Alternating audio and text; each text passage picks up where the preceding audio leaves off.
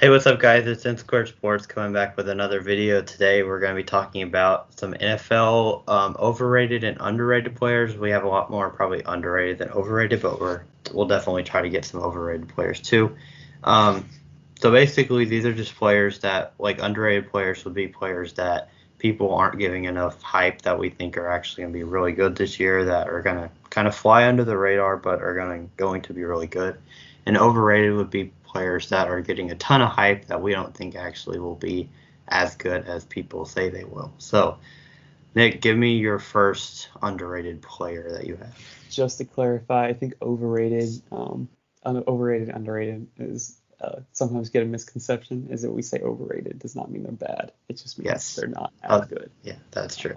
as people are hyping them up to be. And same as underrated. Underrated does not mean I'm saying that they're a top 10 player. It just means they don't get the respect they deserve.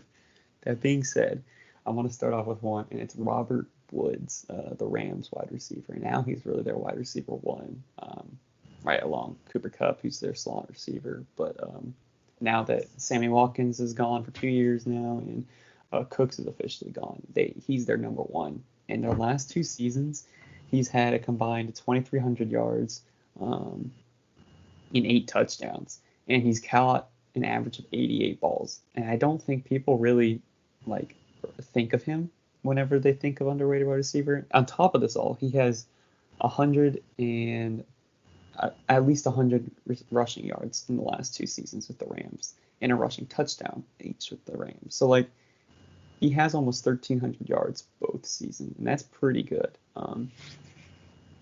I think he's a pretty good wide receiver. He's a deep threat, and I don't really think anyone thinks of him whenever they think of a top deep threat. The dude gets it done.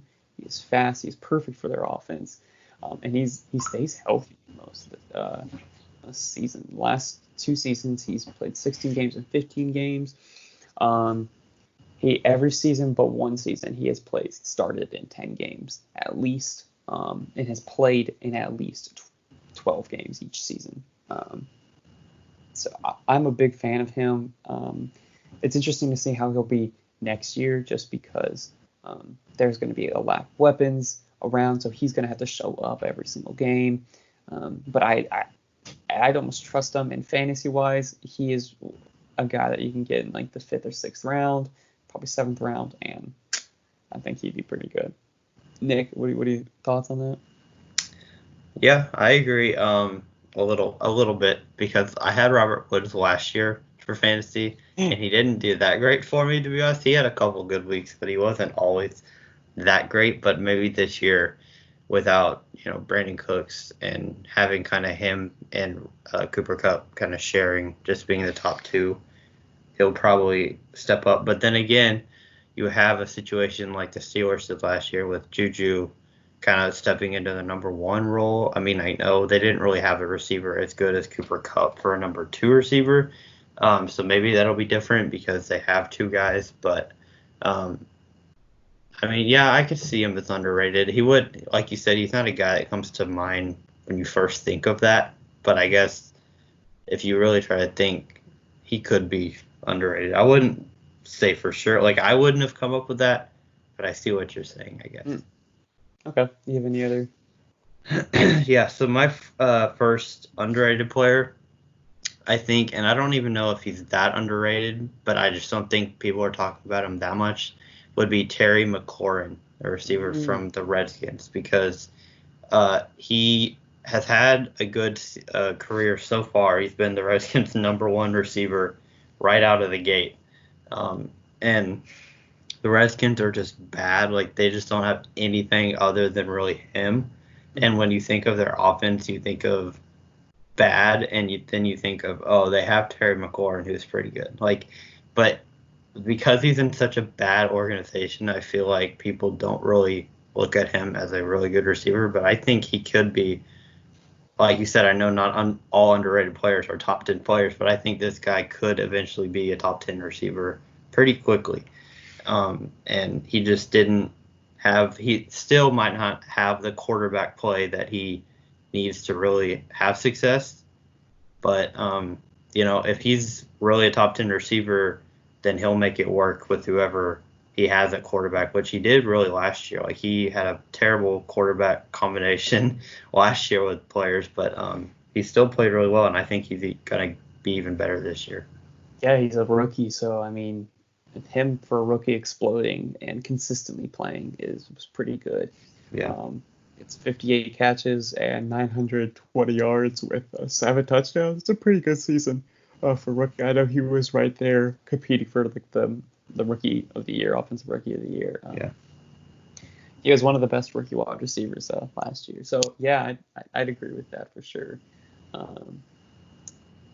So I think another underrated player that I want to talk about, and I don't really know how. I don't know.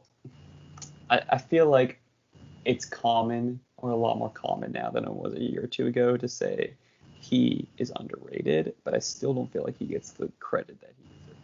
That's Matt Stafford. From a talent-wise, the dude is a top 5 talent, and I will argue that to the end of the earth.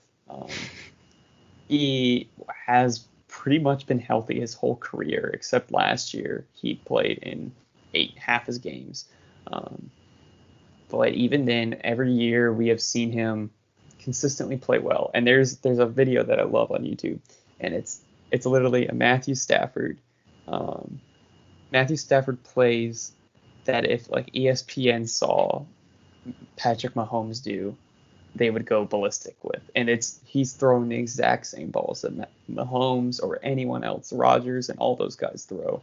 And just escaping out of the pocket, throwing sidearm, throwing a 60-yard bomb into traffic, 3 guys covering, and it's just he consistently does this. This isn't like, oh, he does this like once a year type of thing. No, he consistently does this. Maybe not as much as Mahomes, but like I don't think people give the respect that he deserves with. And it's sort of the same point like you made with Terry, is that he's on a franchise that doesn't get much attention, and I think it's radar. Statistically speaking, I mean, he's constantly getting about an average of 4,200 yards a season, and his touchdowns are usually around the 30 mark, around the upper 20s. Interceptions have always been a problem sort of with him, the 10 interception range, but it usually has about a 2.8 to 1 TD interception ratio, and most of this is not on a great team. I mean, this is mostly on a lackluster team type of thing. I'm a big fan of him. A couple years ago, whenever he made a comeback pretty much every fourth quarter, I don't know if you remember that, Nick, but I mean, that's the only time people actually were ever talking about him, and I think he deserves a lot more credit than he actually gets. Yeah, I mean, I see what you're saying about being a talent, but like his record has never really been that good, and so excuse me, I just can't say he's underrated because his record is. I know people say the Lions get screwed by the refs every year, and maybe that's the reason, but I can't call a player underrated especially if they're a quarterback and they just never can win. I can't call them underrated, really.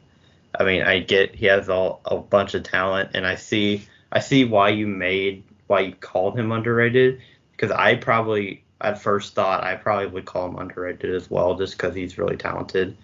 But he just doesn't get the wins, so I can't really call him underrated because of that. That's fair. Yeah, that's fair. I can see that. Yeah. So I guess my next part, I'm gonna give a overrated player, and this one can probably be controversial because I don't know. This player kind of gets the same amount of love and hate, so I don't know if he's overrated, but he gets a lot of talk. Like he gets talked about a lot, and that's Dak Prescott. He gets a lot of talk, and a lot of people think he's really good, but some people do think he's bad, and I'm one of those people who doesn't really think he's very good, and so I think that you can call him overrated just because he gets a ton of talk about him, and I just really don't think he's as good as, like, I don't think for sure he shouldn't be getting 35 to 40 million a year like people are saying he should, Like, he is not. I just don't think. I think he's a middle of the pack quarterback that gets hype like he's a top 10 quarterback. So. Yeah, I don't know. He's definitely one that gets talked about all the time. We both constantly hear. Every time I scroll through feeds and all that stuff, you're bound to see it. One Dak Prescott meme. Yeah, that's how I found him, because I was just scrolling through Bleacher Report and I saw his name. I'm like, well, yep, yeah. And it's the argument I have against him is that I think he gets the job done to an extent. Yeah. He has had a good amount of help, but he also, like, last year, he was a 4,900 yard thrower, 30 touchdowns, 11 interceptions, on a team that was The dude has never missed a game. He's been a constant starter since his rookie year. He's a pretty accurate passer. He has one of the higher winning percentages since entering the league in 2016. So he has won games, but I think the biggest knock that you can say on him is that he's in a crappy division. Yeah.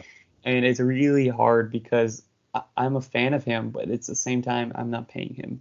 I wouldn't pay him $35 million a year. I mean, I think I'd pay him 30 a year, I guess, and that's sort of where I'm like, okay, just because of market value stuff. They're not really going to get him any cheaper than that. But he has won games. He hasn't had a losing season yet in the NFL.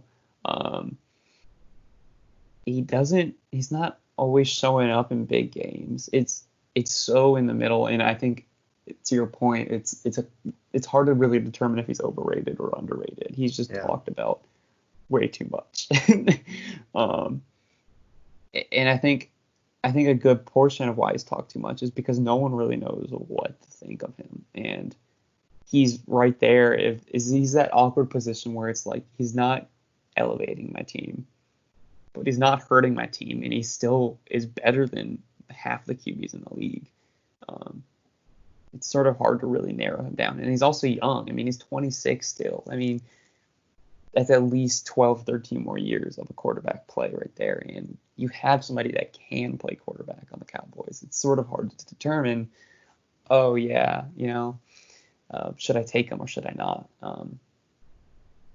It's going to be interesting to see coming up next year, because next year is a big year for him contract-wise. And I think we're really going to be able to see a true Dak Prescott next year. So.